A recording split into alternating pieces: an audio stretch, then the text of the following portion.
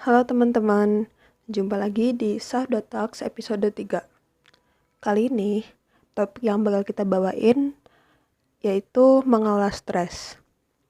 Sebenarnya, macam-macam stres dan cara mengelolanya tentu ada banyak banget.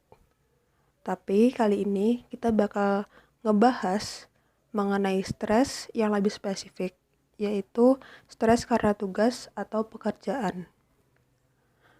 Nah, hari ini kita ada 4 agenda bahasan, yaitu ada yang pertama, overwork, kedua dampaknya, ketiga, cara mengolah stres, dan keempat, bonus. Seperti biasa, aku akan membacakan sajak puisi buatanku sendiri di akhir nanti. Jadi, jangan lupa untuk tetap dengerin sampai di akhir video. Nah, ayo kita mulai. Nah, berhubung topik yang kita bahas ini lumayan berat, kalian bisa sambil minum segelas kopi atau segelas teh. Buat diri kalian senyaman mungkin, oke? Kita mulai ke poin pertama. Apa sih stres itu? Menurut WHO, stres kerja adalah respon ketika kalian mempersepsikan adanya kesenjangan antara tuntutan kerja yang kalian dapat dengan kemampuan kita untuk mengatasinya. Contoh nih, di satu semester saat KRS-an, kalian ngambil full 24 SKS. Misalnya 24 SKS itu ada 11 matkul. Nah, dari 11 matkul itu yang kalian pilih semua, dosen yang mengajar kalian dengan metode memberi tugas. Pemikiran dosen yang mengajar kalian itu memberi tugas sama dengan mahasiswa akan belajar, yang padahal nggak selalu benar kan? Belum lagi, misalnya kalian ada kerjaan lain semacam freelance, magang, atau ikut beberapa organisasi. Pasti bakalan ada saatnya kalian untuk mikirin deadline tugas aja tuh bikin males. Stres kerja itu perlu kalian waspadain. Kenapa? Karena efek dari stres kerja bisa berefek kurang baik untuk kesehatan fisik maupun mental kalian. Mungkin dari kalian jadi bertanya-tanya, loh kok bisa sampai berefek ke kesehatan mental? Nah, pertanyaan kalian ini bisa kita jawab atau bisa kita bahas di poin kedua, mode on atau mode off kerja. Manusia pada umumnya memiliki dua mode dalam menjalankan sesuatu, yaitu mode on dan mode off. Dua mode ini harus dijalankan dengan seimbang. Kalian itu nggak bisa selamanya dalam satu mode. Kalian nggak bisa selamanya ada di mode on, ataupun kalian juga nggak bisa selamanya ada di mode off. Misalnya nih, kalian lagi di mode on, dimana kalian siap lahir dan batin untuk ngelakuin sesuatu. Misalnya kalian ngelakuin suatu tugas-tugas kuliah yang menumpuk seharian. Nah, di mode on ini kalian bakal fokus dan responsif atas apa yang kalian kerjain. Tapi coba bayangin deh, kalau selama 16 jam per hari, selama jangka waktu 5 hari, seminggu, kalian harus di mode on terus-menerus. Tubuh dan mental kalian bakal menurun tingkat fokus dan responsifnya. Tubuh kalian akan perlahan-lahan menyesuaikan diri dengan mode on tadi. Dan beberapa fungsi tubuh kalian akan berubah. Karena adanya perubahan fungsi tubuh inilah dampak dari stres dimulai muncul. Beberapa dampak yang sering terjadi seperti insomnia, darah tinggi, penyakit jantung, diabetes, sampai masalah kesuburan pada wanita. Ada nggak sih dari kalian yang udah mulai ngerasain? Kalau curhatan teman-teman aku sih, mereka mulai ngerasain insomnia. Jangan sampai deh kalian ngerasain dampak-dampak negatif yang lainnya, oke? Nah, beda halnya kalau kalian udah ngerasa sakit jangka panjang, tapi tugas tetap kalir terus, itu juga bakal memicu kalian untuk stres. Padahal dengan stres juga bakal memicu penyakit yang lainnya untuk datang.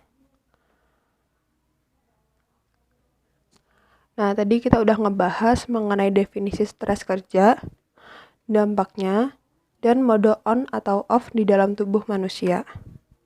Sekarang kita lanjut ke bagaimana cara mengelola dan menegosiasi stres yang diharapkannya kalau kita misal tetap punya banyak tugas dan tetap ngerasa stres, dampak akhirnya bisa diperkecil. Mengelola stres atau stress coping dibagi menjadi dua. Yang pertama, emotional focus coping dan problem focus coping. Bedanya emotional focus coping adalah respon terhadap stres dengan mengelola emosi yang timbul karena stresnya. Contohnya, pas kalian abis ngerjain tugas-tugas kuliah yang menumpuk, kalian bisa pergi jalan-jalan bareng temen dan nyobain restoran baru, masakan baru, atau kalian bisa me time, waktu sendiri yang bisa kalian isi dengan nonton film web atau berenang sendirian. Intinya, kalian senang-senang setelah ngerjain tugas kalian. Sedangkan mengelola stres yang satunya, problem focus coping, yaitu merespon stres dengan mengurangi atau menghilangkan biang stresnya. Misal, di cerita awal, kalian harus mengambil full SKS, ditambah kerja dan organisasi. Kalian harus riset dulu mata kuliah yang kalian ambil ini, bisa dibarengin dengan kegiatan lain atau enggak. Lalu kalian juga bisa minta rekomendasi dosen yang pengajarannya sesuai dengan kesibukan kalian lewat kakak tingkat. Jadi pas kalian KRS-an bisa pas semua. Dan kalau emang kuliah dan kerja udah cukup berat, kalian bisa pertimbangkan lagi untuk masuk ke organisasi. Tanyain dulu ke diri kalian, bisa atau enggaknya kalian untuk bagi waktu. Sampai di sini juga kalian harus tetap istirahat yang cukup. Karena istirahat yang cukup itu berarti kita masuk ke mode off. Mode off ini enggak selalu berarti kita menyampingkan tugas. Justru dengan kita beristirahat, nantinya ketika kita berada di mode on lagi, kita siap untuk melakukan tugas-tugas yang kita miliki. Kita lanjut ke poin berikutnya. Poin terakhir yaitu bonus. Hari ini aku bakal bacain sekaligus ceritain tentang sajak puisiku yang berjudul Cukup. Yuk dengerin. Cukup. Jangan merasa paling superior, merasa paling benar hingga tak ada titik kesalahan. Merasa paling kuat hingga siapapun kau tantang bertarung. Kau hebat tanpa harus membuktikan apa-apa. Kenapa harus berbeda? Takut dikira cari aman keluhmu. Padahal memang nyaman yang dicari orang-orang. Kenapa harus mempertaruhkan diri agar orang-orang terbungkam ketika melihatmu? Kau terdiam, tak punya jawab.